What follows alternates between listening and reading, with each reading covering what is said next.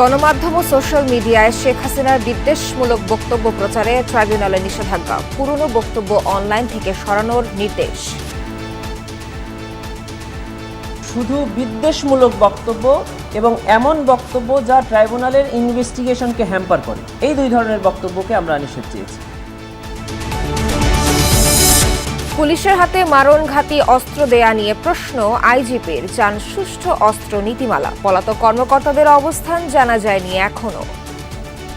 Police তার মূল কাজ তো জীবন রক্ষা করা, ভাই, জীবন হরণ করা তো না। সেখানে তার আর্মামেন্টোরিয়াম কীরকম হবে, আমার মনে হয় যে উই শুড ডিসাইড নাও। আইনজীবী সাইফুল হত্যা মামলার প্রধান আসামি চন্দন ভৈরব থেকে গ্রেফতার। শ্বশুরবাড়ি যাওয়ার সময় আটক করে পুলিশ, নেওয়া হচ্ছে চট্টগ্রামে। চন্দনকে আমরা গতকাল রাত্রে 12:15টার দিকে গোপন সংবাদের ভিত্তিতে রেলওয়ে স্টেশন থেকে গ্রেফতার করি। ভারতীয় আগ্রাসন বিরোধী প্রতিবাদ সভা, কারো মুখাপেক্ষী না হয়ে স্বনির্ভর হওয়ার আহ্বান বিএনপি নেতাদের। স্বৈরাচারকে আশ্রয় দেয় দিল্লির সমালোচনা অলি আহমদের। কূটনৈতিক শিষ্টাচার মানছে না ভারত, গুজব আর ধর্মের অপব্যাখ্যায় বিশৃঙ্খলা সৃষ্টির অপচেষ্টায় সাড়া দেয়নি সাধারণ মানুষ। সৌহার্দ্য রক্ষায় রাষ্ট্রকে উদ্যোগ নেয়ার তাগিদ। অনুসন্ধানী সাংবাদিকতার জন্য টিআইবি পুরস্কার পেলেন যমুনা টিভির আল আমিন হক অহন। গণমাধ্যমের কণ্ঠরোধ করবে না সরকার, জানালেন প্রধান উপদেষ্টার প্রেস সচিব। চাপের মুখে প্রেসিডেন্ট ইমানুয়েল ম্যাক্রন, ফরাসি প্রধানমন্ত্রী অনাস্থা ভোটে হেরে যাওয়ায় বিরোধীদের কড়া সমালোচনা। জোরালো হয়েছে পদত্যাগের দাবি।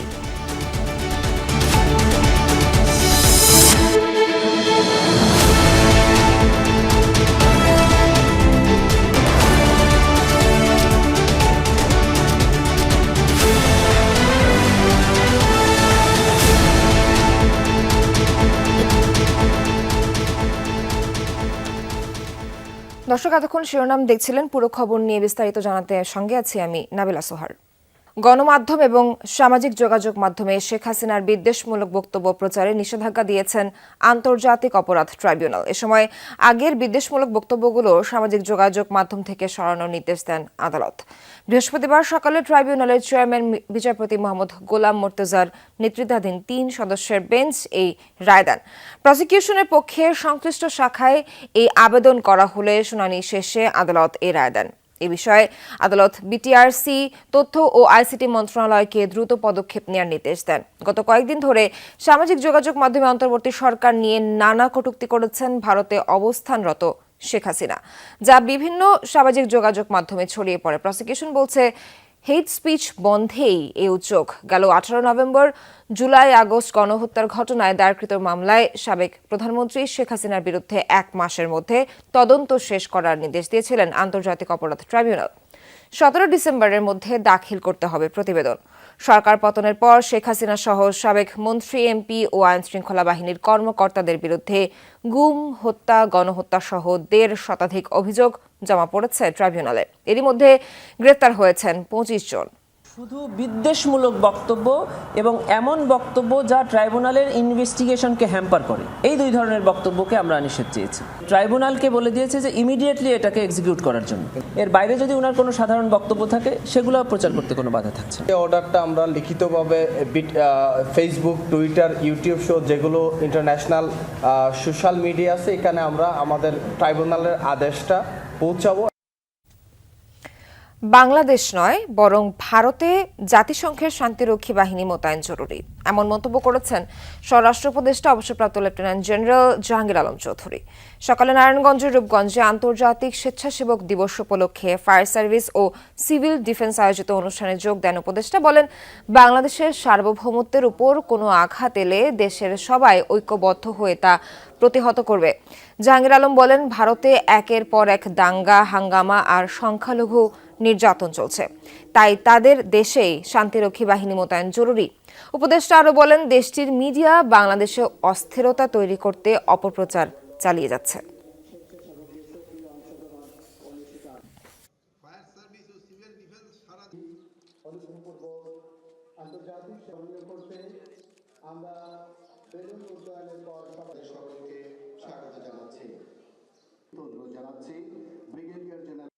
অপরাধী মিথ্যা ঘটনাটা প্রকাশ করতেছে, এইটা জনগণ এবং বিশ্ব মিডিয়াও এটা অ্যাকসেপ্ট করবে না। আমার মনে হয় ওনার দেশে শান্তিরক্ষী বাহিনী প্রয়োজন। চট্টগ্রাম আদালতের আইনজীবী অ্যাডভোকেট সাইফুল ইসলাম আলিফ হত্যা মামলার প্রধান আসামি চন্দনকে গ্রেফতার করেছে পুলিশ। বুধবার রাতে তাকে কিশোরগঞ্জের ভৈরব রেলওয়ে জংশন স্টেশন থেকে গ্রেফতার করে পুলিশ। গ্রেফতারের বিষয়টি নিশ্চিত করেন ভৈরব থানার ভারপ্রাপ্ত কর্মকর্তা মোহাম্মদ শাহিন। পুলিশ জানায় চন্দনের শ্বশুরবাড়ি ভৈরবের মিথলপট্টিতে। গতকাল চট্টগ্রাম থেকে সন্ধ্যায় ভৈরব স্টেশনে পৌঁছান চন্দন। তথ্য প্রযুক্তির সহায়তায় তাকে গ্রেফতার করা হয়। পরে চট্টগ্রাম থানা পুলিশের কাছে তাকে হস্তান্তর করে ভৈরব থানা পুলিশ। ২৬ নভেম্বর চট্টগ্রামে আইনজীবী সাইফুল ইসলাম আলিফকে হত্যা করা হয়। সে ঘটনায় আলিফের বাবা কোতোয়ালি থানায় ৩১ জনের নাম উল্লেখ সহ এবং অজ্ঞাত ১০ থেকে ১৫ জনকে আসামি করে মামলা করেন। সেই মামলার প্রধান আসামি চন্দন।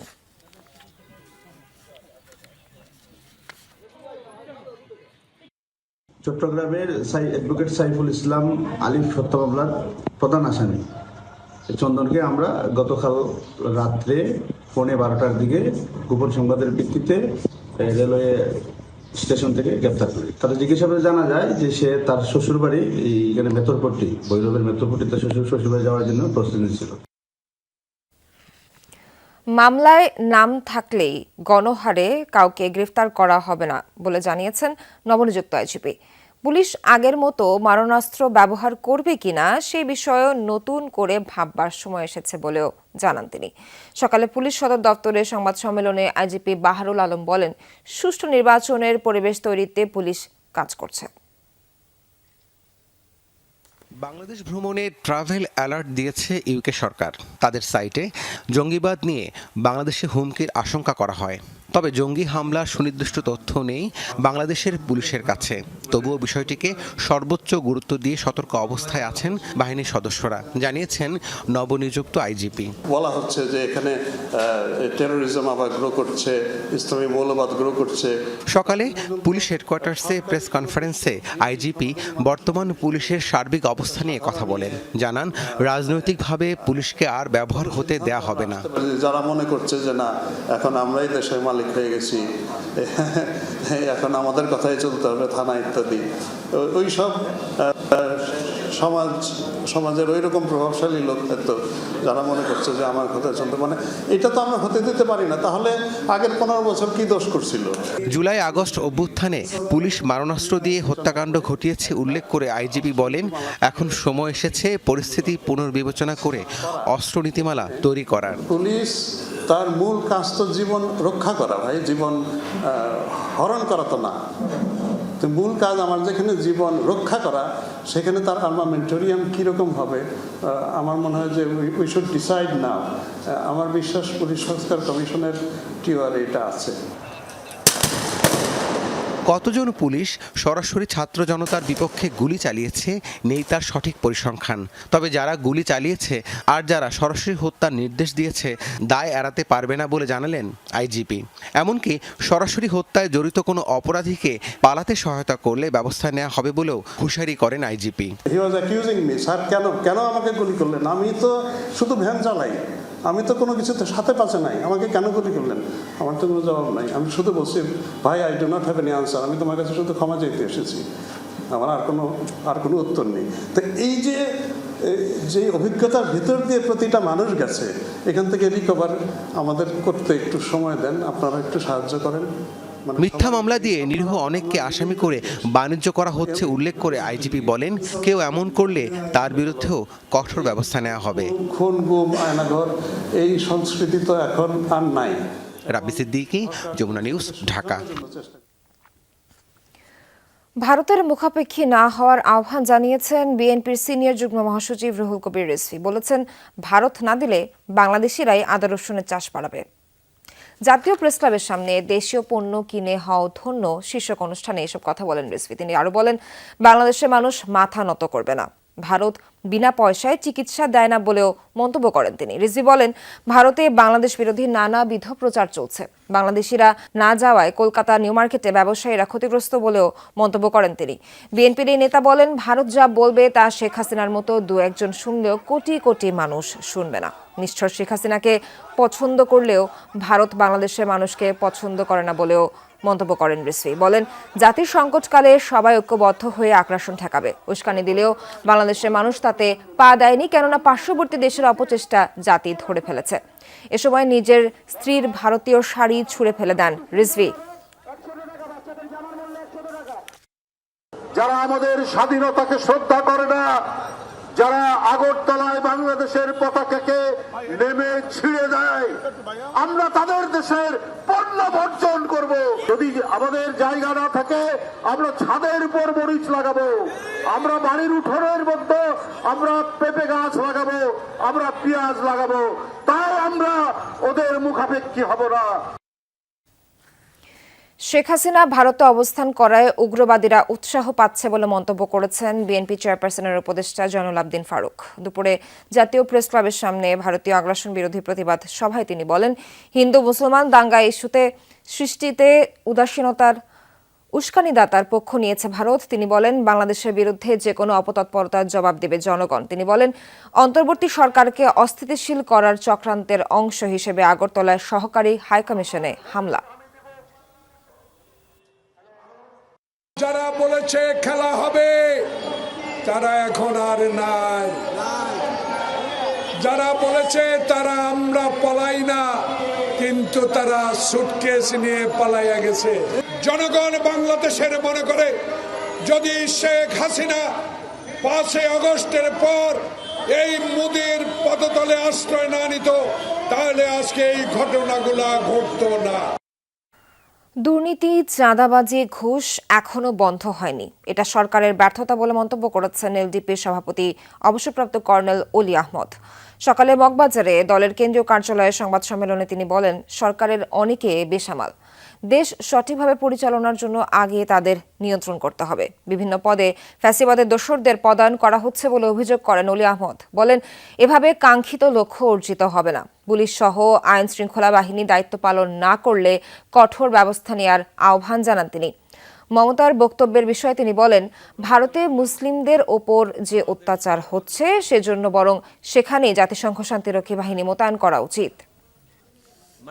সিন্ডিকেটের হাত থেকে এখনো মুক্ত হয় নাই, চাঁদাবাজদের হাত থেকে এখনো মুক্ত হয় নাই। এই চাঁদাবাজিতে শুধু রাজনৈতিক দলের সদস্যরা না, পুলিশের সদস্যরা এটার সাথে জড়িত। প্রধান উপদেষ্টা মহোদয়ের উপর উচিত হবে আপনি দিক নির্দেশনা দেন প্রত্যেকটা ওসিকে।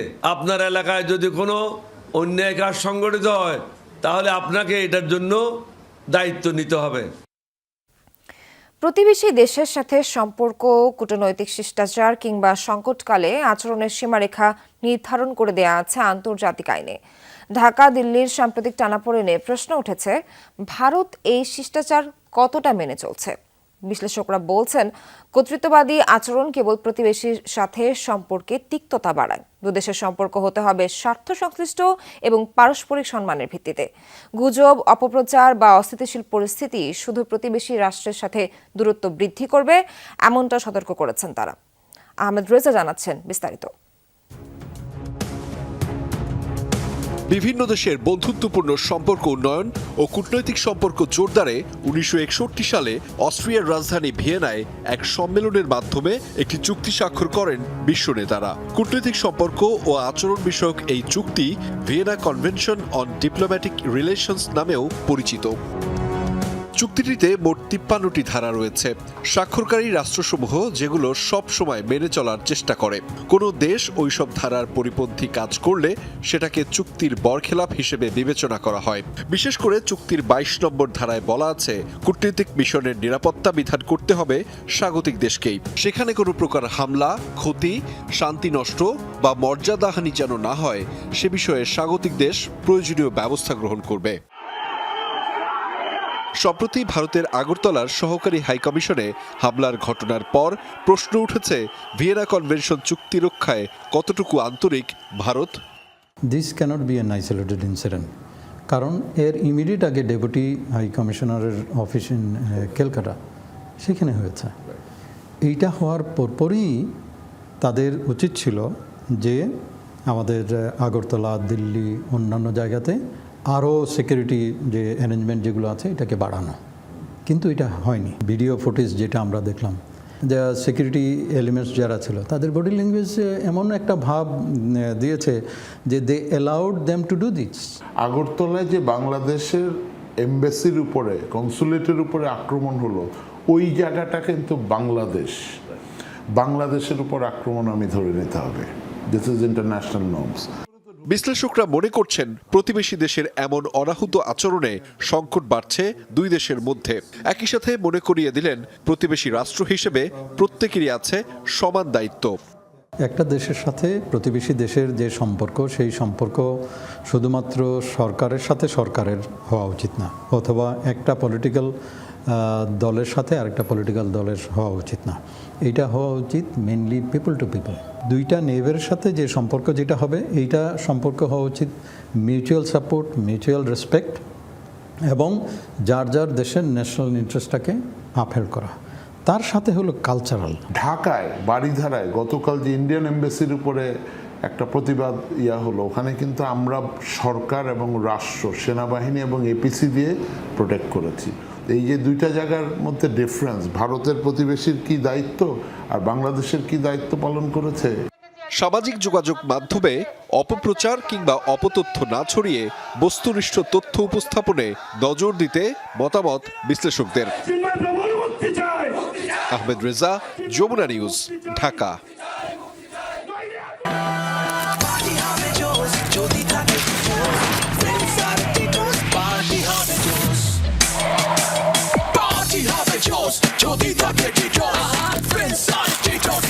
Amazing chef, paprika আর মেক্সিকান মশলার মাইন্ড ব্লাস্টিং ফ্লেভারে টিটোস। পার্টি হবে জোস যদি থাকে টিটোস। সাম্প্রদায়িক সম্প্রীতিতে থামেনি ব্যক্তি স্বার্থের আঘাত। ধর্মের অপব্যাখ্যা, গুজব রটিয়ে তৈরি করা হয় বিশৃঙ্খলা। সব ধর্মের মানুষই মনে করেন প্রকৃত ধর্মীয় শিক্ষা সৌহার্দ্যে ভাঙতে পারে এসব জটিলতা। রাষ্ট্রেরও রয়েছে দায়িত্ব।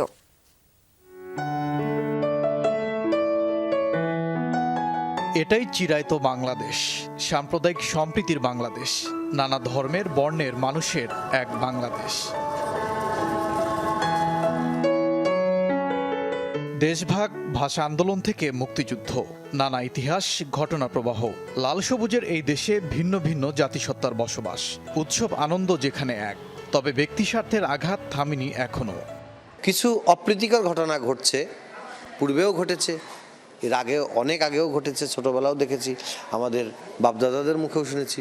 এই অপ্রীতিকর ঘটনাগুলো সবসময় ঘটে থাকে, যেগুলো আমাদের কারোরই কাম্য নয়। যে সম্প্রদায় পরস্পরের মধ্যে মারামারি, হানাহানি এবং একে অপরকে দোষারোপ করা, গালিগালাজ করা, এই সকল কাজে যারা জড়িত হবে তারা আল্লাহর রহমত থেকে এবং সেই জাতি আল্লাহর রহমত থেকে দূরে।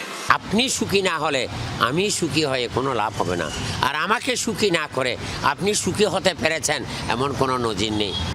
সব ধর্মের শিক্ষা শান্তি সহাবস্থান, তবে অনেক সময় ধর্মের অপব্যাখ্যায় বাড়ে জটিলতা, ছড়ানো হয় গুজব, দেখা দেয় বিশৃঙ্খলা। সেখানে প্রকৃত ধর্মীয় চর্চা, মানবতা, সৌহার্দ্যের হাত বাড়িয়ে দিতে হবে মনে করেন সব ধর্মের মানুষ। পারস্পরিক ধর্মের প্রতি শ্রদ্ধা, একে অন্যকে সম্মান করা, সেই বিষয়টা আমাদের গুরুত্বপূর্ণ। আর একই সঙ্গে আমাদের বিভিন্ন ধর্মীয় উৎসবগুলি আছে, এই উৎসবে একে অন্যের পাশে থাকা, উৎসবগুলি একত্রে আনন্দের সঙ্গে পালন করা এবং বাঙালি জাতির যে চেতনা সেটাকে ধরে রাখা। শত্রুতার দ্বারাই শত্রুতাকে জয় করা যায় না, মিত্রতার দ্বারাই শত্রুতাকে জয় করতে হয়। আন্তরিকতার মতো আন্তরিকতা যদি থাকে, আপনাকে আমি বিপদে ঠেলে দিতে পারি না, আপনিও আমাকে বিপদে ঠেলে দিতে পারেন না। গুজব বন্ধে রাষ্ট্রের রয়েছে দায়িত্ব। পাশে দাঁড়াতে হবে আক্রান্তদের, বাড়িয়ে দিতে হবে সহযোগিতার হাত। সরকারকে দু চোখকে খোলা রাখতে হবে, এক চোখ বন্ধ করে একজনকে বেশি ভালোবেসে দেখানোটা ঠিক হবে না। আর সব থেকে বড় যে জিনিসটি করতে হবে, যে সরকারকে সতর্ক থাকতে হবে এবং দৃঢ় থাকতে হবে। নিজের স্বার্থকে জলাঞ্জলি দিয়ে দেশের স্বার্থ, জাতির স্বার্থ, অন্য স্বার্থকে আমরা যদি অগ্রাধিকার দিই, তাহলে অনেকটা আমাদের এই বিশৃঙ্খলাটা শৃঙ্খলার মধ্যে চলে আসবে। বিশ্বের মধ্যে আমরা খুব ছোট একটা দেশ এবং এখানে অনেক ধর্মের মানুষ আমরা রয়েছি এবং ধর্মীয় চেতনা, ধর্মীয় অনুশীলন অনেক দেশের চেয়ে এখন অনেক শক্তিশালী মনে করি আমি। তাহলে এই পজিটিভ দিকগুলিকে আমাদের আরও সুন্দর করে ব্যবহার করতে হবে। আর এসব জটিলতা কাটাতে পারলেই লাল সবুজের বাংলা হবে আরও সুন্দর, বাড়বে সম্প্রীতির বন্ধন। ওবায়দুর রহমান, যমুনা নিউজ। দুর্ভোগের অপর নাম মেরাদিয়া ডেমরা সড়ক। চলতি পথে হাজারো গর্ত, ভয়াবহ ধুলো কিংবা দুর্ঘটনা সবকিছুই এই সড়কের দৈনন্দিন চিত্র। দুর্ভোগ থেকে বাঁচতে কেউ এলাকা ছাড়ছেন, কেউ বা গুটিয়ে নিচ্ছেন ব্যবসা। যারা থেকে গেছেন তারা হয়ে পড়ছেন অসুস্থ। রাকিবুল ইসলামের ক্যামেরায় এমন সড়কের আরো খবর জানাচ্ছেন ভাস্কর ভাদুরী। ভর দুপুরেও ধুলোর কারণে সূর্যের দেখা পাওয়া ভার। পরিস্থিতি এমনই যে শুধুমাত্র ধুলোর জন্যই সড়কে ঘটছে বিভিন্ন দুর্ঘটনা। ধীর গতিতে চালাতে হয় যানবাহন। শিশু থেকে বয়স্ক প্রাণ ভরে নিঃশ্বাস নিতে পারছেন না কেউই। দেখছেন মেরাদিয়া ডেমরা সড়কের পরিস্থিতি। মেরাদিয়া বাজার পার হয়ে কিছু দূর এগুলেই চোখে পড়বে এমন বেহাল সড়ক। এই সড়ককে এখন আর পিচ ঢালা পথ বলা যায় না। পিচ উঠে সড়কের অনেকটা জুড়েই কেবল ইটের সোলিং।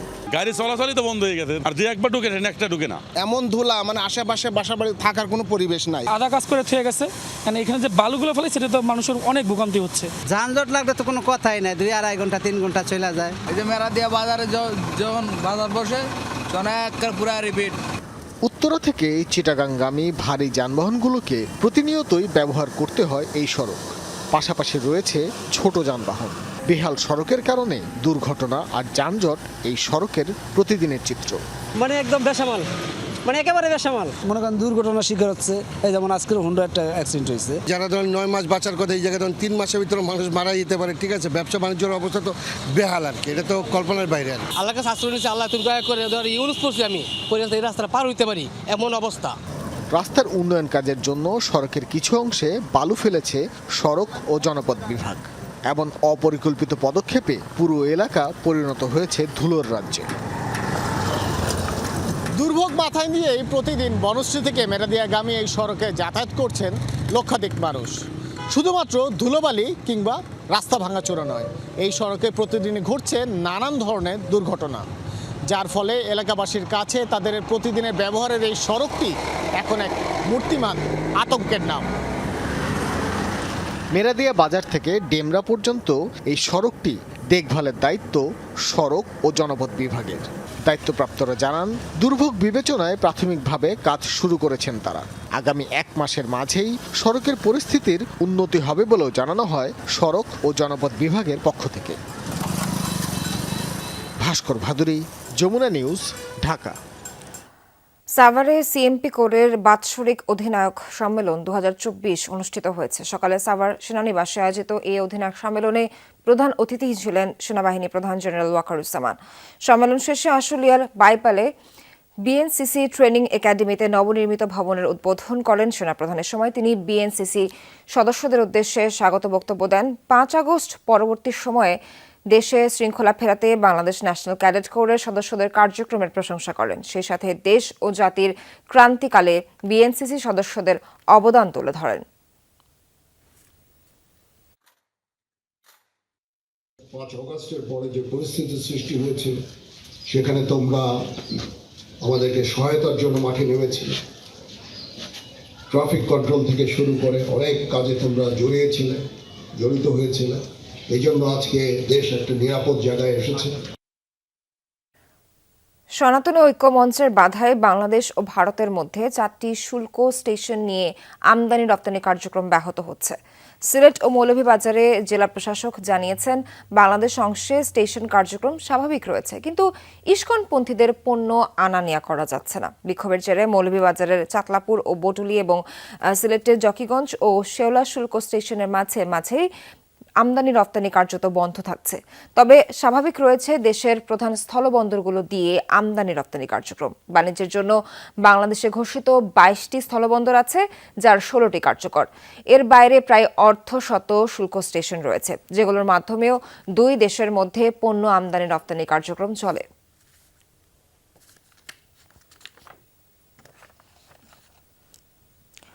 অনুসন্ধানী সাংবাদিকতায় সাংবাদিকদের আগ্রহ আগের চেয়ে বেড়েছে বলে জানিয়েছেন টিআইবির নির্বাহী পরিচালক ডক্টর ইফতেখারুজ্জামান। তিনি বলেন, সাংবাদিকদের অনুসন্ধান করার প্রতিবেদনগুলো নীতি নির্ধারণী পর্যায়ে ফলপ্রসূ ভূমিকা রাখছে। সকালে বঙ্গবন্ধু আন্তর্জাতিক সম্মেলন কেন্দ্রে অনুসন্ধানী সাংবাদিকদের পুরস্কার বিতরণের অনুষ্ঠানে এসব কথা বলেন তিনি। এবার অনুসন্ধানী সাংবাদিকতায় অন্যান্যদের মধ্যে পুরস্কার পেয়েছেন যমুনা টেলিভিশনের সিনিয়র রিপোর্টার আলামিন হক অহন। অনুষ্ঠানে ডক্টর ইফতেখার বলেন, অনুসন্ধানী সাংবাদিকতাকে উৎসাহিত করতে নানামুখী কার্যক্রম চালিয়ে যাচ্ছে টিআইবি। অনুষ্ঠানে প্রধান উপদেষ্টার প্রেস সচিব শফিকুল আলম বলেন, গণমাধ্যমের স্বাধীনতা যেন প্রাতিষ্ঠানিক রূপ পায়, অন্তর্বর্তী সরকার সে লক্ষ্যে কাজ করছে।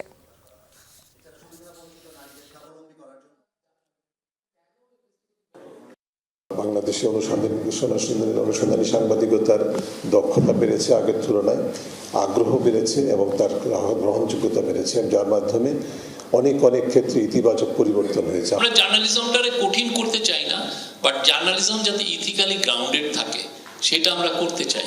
আলাদা স্পেশাল ইনভেস্টিগেটিভ ইউনিট আমাদের সংবাদ মাধ্যমগুলো করবে কিনা, যদি করে তাহলে অনুসন্ধানী সাংবাদিকতা নিশ্চয়ই আরো সমৃদ্ধ হবে।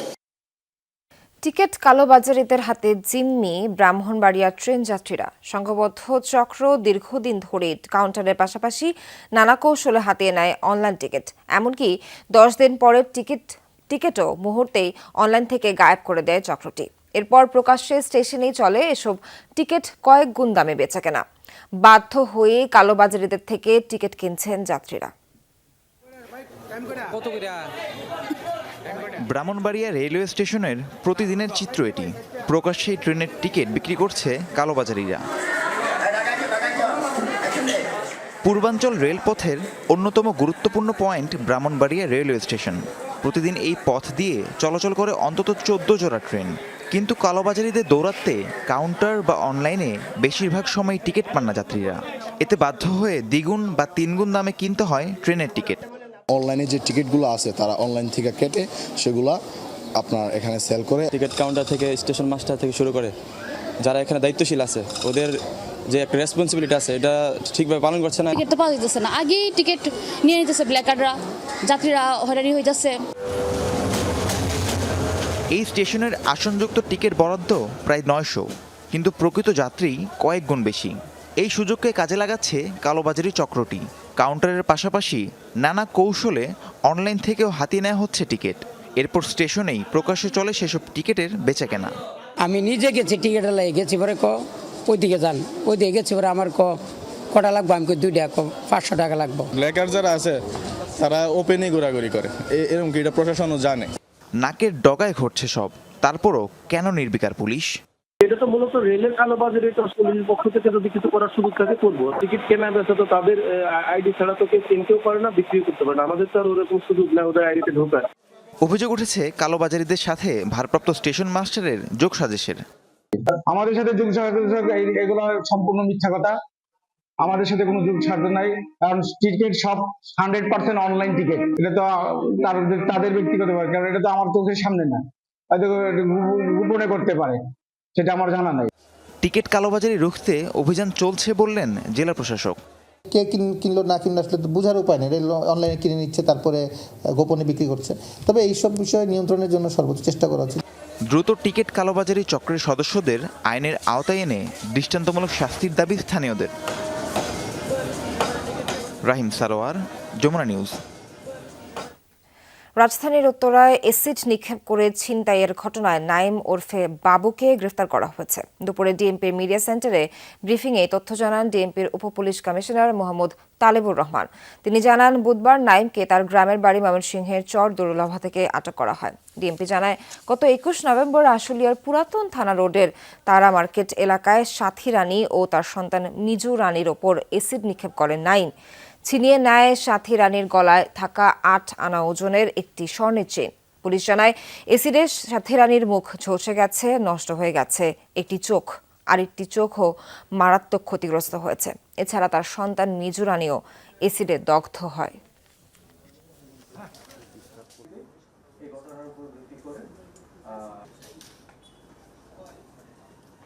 তদন্ত এখনও প্রক্রিয়া চলমান রয়েছে এবং এক্ষেত্রে যিনি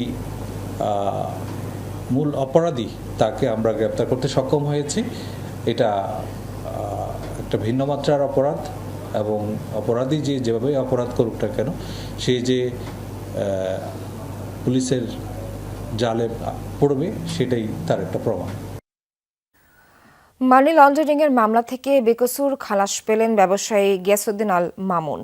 মামলার বিষয়ে মামুনের আইনজীবী সাব্বির হামজা চৌধুরী জানান, 2019 সালে এই মামলার ফরমায়েশি রায়ে গিয়াসউদ্দিন আল মামুনকে 7 বছরের সাজা, 12 কোটি টাকা অর্থদণ্ড এবং 6,58,762 টাকা বাজেয়াপ্ত করা হয়। ইতোমধ্যে তিনি ওই সাজাও খেটেছেন। তবে স্বাধীন বিচারিক রায়ে ওই মামলায় তিনি আজ বেকসুর খালাস পেলেন। উচ্চ আদালত এই রায় দিয়েছেন। ভারত বাংলাদেশের জনগণের বন্ধুত্ব মেনে নিতে পারে না সে দেশের রাজনীতিক, নীতি নির্ধারক ও নিরাপত্তা সংশ্লিষ্টরা, এমন মন্তব্য করলেন বিএনপির স্থায়ী কমিটির সদস্য ডক্টর মঈন খান। দুপুরে প্রেস ক্লাবে বাংলাদেশের নদী পানির অধিকার আন্দোলন ও আন্তর্জাতিক ফারাক্কা কমিটির নেতা আতিকুর রহমান সালুর স্মরণ সভায় এসব কথা বলেন। তিনি বলেন, ঐক্য করতে গিয়ে নতুন করে বাকশাল করে ফেললে কাজ হবে না। স্বৈরাচার পালালেও দেশে গণতন্ত্র পুরোপুরি ফিরে আসেনি। প্রয়োজনীয় সংস্কার সম্পন্ন করে জনগণের ভোটাধিকার নিশ্চিত করতে হবে বলে জানান বিএনপির স্থায়ী কমিটির সদস্য।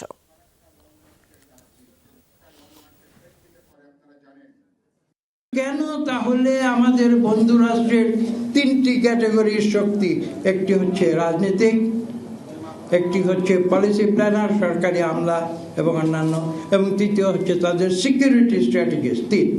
এই 3টি শক্তি কেন তারা এই সত্যকে মেনে নিতে পারে না যে বন্ধুত্ব দুটি রাষ্ট্রের মানুষের মধ্যে হবে, দুটি রাষ্ট্রের সরকারের মধ্যে না। গোপালগঞ্জ সদর উপজেলার মানিকহার এলাকায় মধুমতি নদীতে শুরু হয়েছে ভাঙন। প্রতি বছরই দুর্যোগের সাথে পরিবর্তিত হয় এলাকার মানুষের ভাগ্য। এরই মধ্যে নদীর অতল গহ্বরে চলে গেছে অসংখ্য মানুষের স্বপ্ন। কর্তৃপক্ষ বলছে, বরাদ্দ পেলে নদীর পার রক্ষার ব্যবস্থা নেওয়া হবে। গোপালগঞ্জ সদর উপজেলার মানিকহার এলাকা পাশ দিয়ে বয়ে যাওয়া মধুমতি নদীতে গেল কয়েকদিন ধরেই শুরু হয়েছে ভাঙন। গত কয়েকদিনের ভাঙনে নদীতে বিলীন হয়েছে বসতঘর, রাস্তাঘাট সহ বিভিন্ন স্থাপনা। শেষ সম্বল হারিয়ে নিঃস্ব কয়েকশো পরিবার। খোলা আকাশের নিচে রাত কাটাচ্ছেন অনেকে। আমাদের এইখানে শত শত বিঘা, শত শত একর জমি নদীর ভাঙনে বিলীন হয়ে পার্শ্ববর্তী লতিপুর ইউনিয়নে জাগতেছে। আমাদের নদীতে জমি ঘর সব চলে যাচ্ছে, আমরাও অনেক অসুবিধাতে আছি। আমার বাথরুম নাই, আমার রান্নাঘর নাই, কিন্তু আমি এই পরের কলেতে পানি এনে একটা যে কল পড়তো সেটা সাহস করে আমি পুঁততে পারিনি, যদি ভেঙে চলে যায়। প্রতি বছরই বর্ষা মৌসুম শেষে মধুমতির এমন রূপ দেখে এই এলাকার বাসিন্দারা। ভাঙন রোধে স্থায়ী প্রকল্পের পাশাপাশি সরকারি জমিতে পুনর্বাসনের দাবি অসহায় পরিবারগুলোর। নদী ভাঙ্গনটা এতটাই প্রকোপ হচ্ছে যে ভবিষ্যতে আর কিছুদিন 2-3 ভাঙ্গন দিলে হয়তো যে আমাদের বাসাঘর, রাস্তাঘাট সবকিছুই ভেঙে নিয়ে যাবে। এই নদী ভাঙ্গন সব ঘর বাড়ি চলে গেছে, পাকা ঘর চলে গেছে, গাছ গাছ সব চলে গেছে। সামান্য একটু জায়গা আছে, সেই জায়গাটুকু এখন ভাঙ্গন দিবা আর কোনো থাকা জায়গা নাই। এই যে আমার বাড়িটা আমি বেঞ্চারাই খাই, আমার বাড়িটা এই যে আমার এখানে একটু জায়গা আছে, সাইজ করে দিয়ে গেলে আমি আরো 10 বছর থাকতে পারি এখানে। আমার তো অর্থ সম্পদ এদিক ওদিক কিছু নেই। পর্যাপ্ত বরাদ্দ পেলে নদীর পার রক্ষার ব্যবস্থা নেওয়া হবে বলে জানান সংশ্লিষ্ট কর্মকর্তারা। অবগত হওয়ার সাথে সাথে ইতিমধ্যে আমরা মাঠ পর্যায়ে পরিদর্শন করেছি এবং সেখানে আমরা তথ্য উপাত্ত সংগ্রহ করে আমরা সার্ভে করে নকশা প্রণয়ন চলতেছে।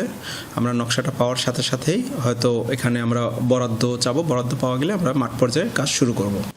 জিও ব্যাগ বা সিসি ব্লকের অস্থায়ী বাঁধ নয়, ভাঙন রোধে স্থায়ী ও টেকসই বেড়িবাঁধের দাবি এলাকাবাসীর।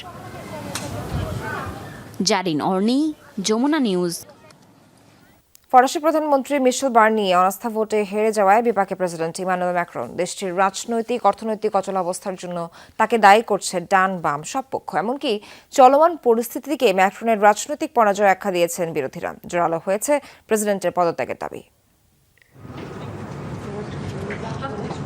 ব্যয় সংকোচন নীতির পথে হাঁটছে ইইউর দ্বিতীয় বৃহত্তম অর্থনৈতিক শক্তি। মূলত ঘাটতি বাজেট প্রণয়নকে ঘিরেই তৈরি হয়েছে ফ্রান্সের সাম্প্রতিক এই রাজনৈতিক অচলাবস্থা। গত 60 বছরেও ফ্রান্সের পার্লামেন্টে অনাস্থা ভোটে হারেনি কোনো সরকার। ফরাসি প্রধানমন্ত্রীর এই হারে আরও স্পষ্ট হলো চাপ বাড়ছে প্রেসিডেন্ট ইমানুয়েল ম্যাক্রনের উপর। দাবি উঠছে পদত্যাগের। আজ অনাস্থা ভোটে সরকার পতনের মধ্য দিয়ে ইমানুয়েল ম্যাক্রনের সমগ্র রাজনীতি পরাজিত হলো। প্রেসিডেন্ট যে পরিস্থিতি দেশে তৈরি করেছেন তার একটাই সমাধান, পদত্যাগ। ইমানুয়েল ম্যাক্রনের এখনই সরে যাওয়া উচিত। গত জুনে আগাম নির্বাচন আয়োজনের পর থেকেই ফ্রান্সের রাজনীতিতে চলছে অস্থিরতা। পার্লামেন্টে ডান বাম মধ্য তিনপন্থীর বিবাদে চরম জটিল রূপ নিয়েছে রাজনীতি। এমন পরিস্থিতি গত নির্বাচনে দ্বিতীয় অবস্থানে থাকা ম্যারি লে পেনের জন্য বড় সুযোগ হতে পারে। ম্যাক্রনের পদত্যাগের দাবিতে সোচ্চার তিনিও। আমি প্রেসিডেন্ট ম্যাক্রনকে পদত্যাগের চাপ কিংবা অনুরোধ করছি না, তবে বলতে চাই আমরা যদি ভোটার, রাজনৈতিক দল ও নির্বাচনের প্রতি শ্রদ্ধাশীল না হই তবে এমন একটি মুহূর্ত আসবে যখন তার উপর চাপ বাড়বেই। একমাত্র তিনিই সিদ্ধান্ত নিতে পারেন যে কোনো মূল্যে টিকে থাকতে চান নাকি 2027-এর আগে আরেকটি নির্বাচন দিতে চান। বর্তমান ম্যাক্রন প্রশাসনের মেয়াদ শেষ হওয়ার কথা 2027 সালে। তবে সাম্প্রতিক জরিপ বলছে ম্যাক্রনের পদত্যাগ চায় 62% ফরাসি নাগরিক। বিশ্লেষকরা বলছেন ফ্রান্সের রাজনৈতিক ও অর্থনৈতিক সংকটের প্রভাব পড়তে পারে সমগ্র ইউরোজোনে। এমনকি ইউরোর মান কমার আশঙ্কাও করছেন অনেকে। Dorothy Tasrin, Jamuna News. একের পর এক যুদ্ধে বিশ্বজুড়ে উত্তেজনা যখন তুঙ্গে, তখন প্রতিরক্ষা খাতে ব্যয় বাড়ানোর প্রতিযোগিতায় নেমেছে ইউরোপ। ইউক্রেন যুদ্ধের মধ্যে রেকর্ড সামরিক ব্যয়ের অনুমোদন দিলেন রুশ প্রেসিডেন্ট ভ্লাদিমির পুতিন। আগামী বছর দেশটি মোট বাজেটের 1/3 ব্যয় করবে অস্ত্র গোলাবারুদের পেছনে। লাফিয়ে লাফিয়ে প্রতিরক্ষায় খরচ বাড়াচ্ছে ইউরোপের অন্য দেশগুলো। ন্যাটোভুক্ত দেশগুলোকে সামরিক ব্যয় বাড়ানোর তাগিদ দিয়েছেন জোটের মহাসচিবও। সামরিক শক্তিতে বিশ্বের অন্যতম শীর্ষ দেশ রাশিয়া ইউক্রেন যুদ্ধের জেরে বিপুল অস্ত্র গোলাবারুদ খরচ করলেও পারমাণবিক শক্তিধর দেশটির সক্ষমতা কমেনি এতটুকু। এবার প্রতিরক্ষা খাতে ব্যয় আরও বাড়ানোর উদ্যোগ নিয়েছে মস্কো। আগামী 3 বছরের বাজেট অনুমোদন দিয়েছেন রুশ প্রেসিডেন্ট ভ্লাদিমির পুতিন, যেখানে 2025 সালে প্রতিরক্ষা খাতে ব্যয় ধরা হয়েছে $126 বিলিয়ন, যা পুরো বাজেটের 32.5%। গত বছরের তুলনায় বেড়েছে প্রায় $28 বিলিয়ন, অর্থাৎ 25%। পুতিন যখন অস্ত্র গোলাবারুদের পেছনে খরচ বাড়িয়ে চলেছেন, রাশিয়ার ভয়ে নিজেদের প্রতিরক্ষা ব্যবস্থাও শক্তিশালী করতে চাইছে ইউরোপের অন্য দেশগুলো। ইউরোপিয়ান ডিফেন্স এজেন্সির প্রতিবেদন বলছে 2023 সালে প্রতিরক্ষা খাতে $279 বিলিয়ন খরচ করেছে ইউর সদস্য দেশগুলো, যা আগের বছরের চেয়ে 10% বেশি। বলা হচ্ছে চলতি বছর এই ব্যয় বেড়ে দাঁড়াবে $326 বিলিয়ন। সামরিক ব্যয় বৃদ্ধির তোড়জোড় শুরু করেছে যুক্তরাষ্ট্রের নেতৃত্বাধীন সামরিক জোট ন্যাটো। জোটের মহাসচিবের দাবি, সদস্য দেশগুলোকে প্রতিরক্ষা খাতে জিডিপির 2% খরচের যে লক্ষ্যমাত্রা দেয়া হয়েছে তা যথেষ্ট নয়। আগেও বহুবার বলেছি, আমার বিশ্বাস প্রতিরক্ষা খাতে জিডিপির 2% খরচ করা যথেষ্ট নয়। আমার ধারণা নেটোর অনেক সদস্যই এখন বিষয়টি অনুধাবন করতে পারছে। বর্তমান পরিস্থিতিতে আমাদের যা আছে তা আপাতত হয়তো আত্মরক্ষার জন্য যথেষ্ট, তবে ভবিষ্যতের কথা চিন্তা করে ব্যয় বাড়াতে হবে। দ্বিতীয় বিশ্বযুদ্ধের পর ইউরোপের সবচেয়ে বড় সংঘাত ইউক্রেন যুদ্ধ। এর জেরে সামরিক ব্যয় বৃদ্ধির দিকে নজর দিয়েছে দেশগুলো। বিশ্লেষকরা বলছেন পরাশক্তিদের অস্ত্র গোলাবারুদ তৈরির এই প্রতিযোগিতা তৈরি করছে বড় ধরনের সংঘাতের ঝুঁকি। মোস্তফা মাহমুদ, যমুনা নিউজ। দর্শক, এই ছিল আজকের মতো দুপুরের বাংলাদেশ। এতক্ষণ যারা সঙ্গে ছিলেন সকলকে ধন্যবাদ।